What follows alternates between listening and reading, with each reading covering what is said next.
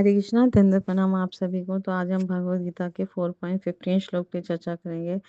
एवं ज्ञात्वा कृतं कर्म पूर्वैरपि मुमुक्षुभिः कुरु कर्मैव तस्मात् त्वं पूर्वे पूर्वतरं कृतम्।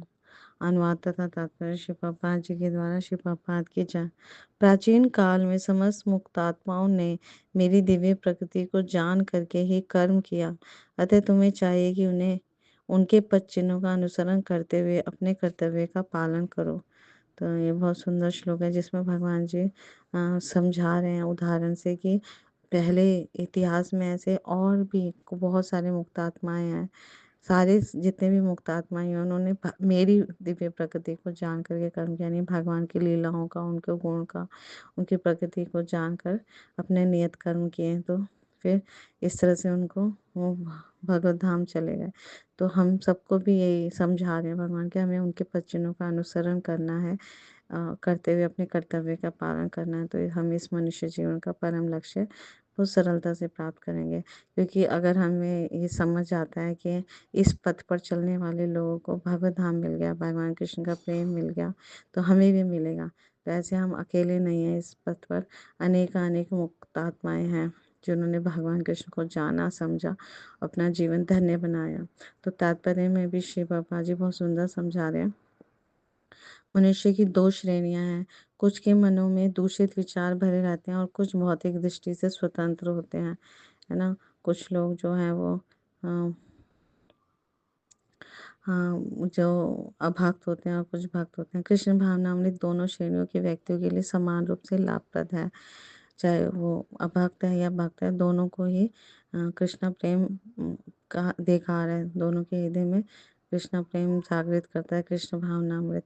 तो जिनके मनों में दूषित विचार भरे हैं, उन्हें चाहे कि भक्ति के अनुष्ठानों का पालन करते हुए क्रमिक शुद्धिकरण के लिए कृष्ण भावनामृत को ग्रहण करें। तो ये शुद्धिकरण की प्रक्रिया होती है जब हम विधि विधानों का पालन करते हैं, है ना, अनुष्ठानों का पालन करते हैं।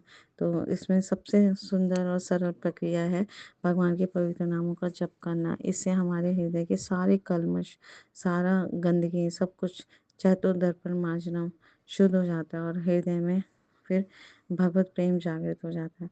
तो जितना अधिक हम हरे कृष्णा कृष्णा कृष्णा हरे हरे, हरे राम राम राम हरे हरे भगवान के पवित्र नामों का जप करेंगे, कीर्तन करेंगे, श्रवण करेंगे, तो क्रमिक शुद्धिकरण से हम हमारे हृदय का जो सारा कल्मश खत्म हो जाएगा और मन का दूषण समाप्त हो जाएगा। तो जिनके मन पहले से ही अशुद्धियों से स्वच्छ हो चुके हैं, वे उसी कृष्ण भावनामृत में अग्रसर होते रहे, जिससे अन्य लोग उनके आदर्श कार्यों का अनुसरण कर सकें और लाभ उठा सकें। तो जिसके भी हृदय में पहले से ही स्वच्छ है ना, उन जिनका हृदय कल्मश रहित है, तो वो लोगों ने इस कृष्ण भावनामृत का, भगवान कृष्ण का प्रेम जागृत किया और उनके उनके आदर्श कार्यों का अनुसरण जो भी करेगा वो उसका लाभ उठाएगा। तो मूर्ख व्यक्ति या कृष्ण भावनामृत में नवदीक्षित प्राय कृष्ण भावनामृत का पूरा ज्ञान प्राप्त किए बिना कार्य से विरत होना चाहते हैं। वो सोचते हैं कि हम क्यों सेवा करें, हम तो मन में भगवान की सेवा करेंगे। लेकिन अभी पूरा ज्ञान, हमें दिव्य ज्ञान को प्राप्त करना है अपने सीनियर से, अपने वरिष्ठ वैष्णवों से, अपने गुरु परंपरा से। किंतु भगवान ने युद्ध क्षेत्र के कार्य से विमुख होने की अर्जुन की इच्छा का समर्थन नहीं किया। हमें जो हम जिस वर्ण आश्रम में हमें नियत कर्म दिए गए हैं, भगवान ने हमारे, है ना, जो भी हमें कर्म दिया है उससे हमें छोड़ना नहीं है, विमुख नहीं होना। अर्जुन को भी भगवान ने नहीं कहा कि तुम सब कुछ छोड़ के जंगल में जाओ, वन में जाके मेरे लिए तपस्या करो। उन्होंने कहा कि तुम सत्य धर्म में उत्पन्न हुए तो सत्य धर्म का निर्वाह करो, कर्म करो। तो भगवद गीता में सिखाते हैं कि किस तरह से हमें कर्म किया जाए। तो कृष्ण भावनामृत के कार्य से विमुख होकर एकांत में बैठकर कृष्ण भावनामृत का प्रदर्शन करना कृष्ण के लिए कार्य में रत होने की अपेक्षा कर्म कम महत्वपूर्ण है। भगवान की प्रसन्नता के लिए हमें अधिक से अधिक संलग्न होना, अपना तन मन धन सब कुछ देना है, वो ज़्यादा अच्छा है इसके कंपैरेटिव के एकांत में बैठकर हम सिर्फ और सिर्फ भजन करने का प्रदर्शन कर रहे हैं। तो यहाँ पर अर्जुन को ये सलाह दे रहे हैं भगवान कि अन्य पूर्व शिष्यों जैसे ही सूर्य देव विवस्वान के वचनों का अनुसरण करते हुए कृष्ण भावनामृत में कार्य करें, यानी जैसे सूर्य देव ने किया। और बहुत सारे महर्षियों ने, राज ऋषियों ने, अनेकों अनेक शुद्ध भक्तों ने, है ना, भगवान के सुंदर सुंदर भक्तों ने भगवान का कृष्ण प्रेम कैसे हृदय में स्फुरित किया, जागृत किया। तो उनके वचनों पर हमें चलना है और इस तरह से कृष्ण भावनामृत में कार्य करना है। जैसे महाराज अम्बरीश थे, उन्होंने अपनी एकादश इंद्रिया भगवान की सेवा में लगाई और सुंदर शासन भी किया, और अंत में, जीवन के अंत में, वो भगवान भगवत धाम को चले गए। तो अतः वे उसे सूर्यदेव के कार्यों को संपन्न करने के लिए आदेश देते हैं, जिससे सूर्यदेव ने उनसे लाखों वर्ष पूर्व सीखा था। तो यहाँ पर भगवान श्री कृष्ण ऐसे सारे शिष्यों का उल्लेख पूर्ववर्ती मुक्त पुरुषों के रूप में कर रहे हैं, है ना। तो जो भगवान कृष्ण द्वारा नियत कर्मों को संपन्न करने में लगे हुए थे, जो उनको कर्तव्य दिया उन्होंने किया भली भांति, और अपना जीवन का परम लक्ष्य भी प्राप्त किया। तो भगवान श्री कृष्ण की प्रसन्नता जानते हुए अपने कर्मों को उन्हें अर्पित करते हुए करना कर्मयोग कहलाता है। तो हमें कर्मयोग करना है, भगवान को जोड़ना है अपने कर्म में। तो भगवान श्री कृष्ण ने पहले भी जनक आदि राजाओं के उदाहरण से अर्जुन को उपदेश दिया था, चैप्टर अध्याय 2 में। जैसे राजा जनक थे, सुंदर उदाहरण प्रस्तुत थे। जो राजा जैसा व्यक्ति जैसा आचरण करेगा, उसकी प्रजा भी वैसे ही कार्य करती है। राजा भगवत भक्त होंगे तो प्रजा भी करेगी। तो इसी प्रकार अनेक महापुरुषों ने भगवान श्री कृष्ण की सेवा पूजा या भक्ति की।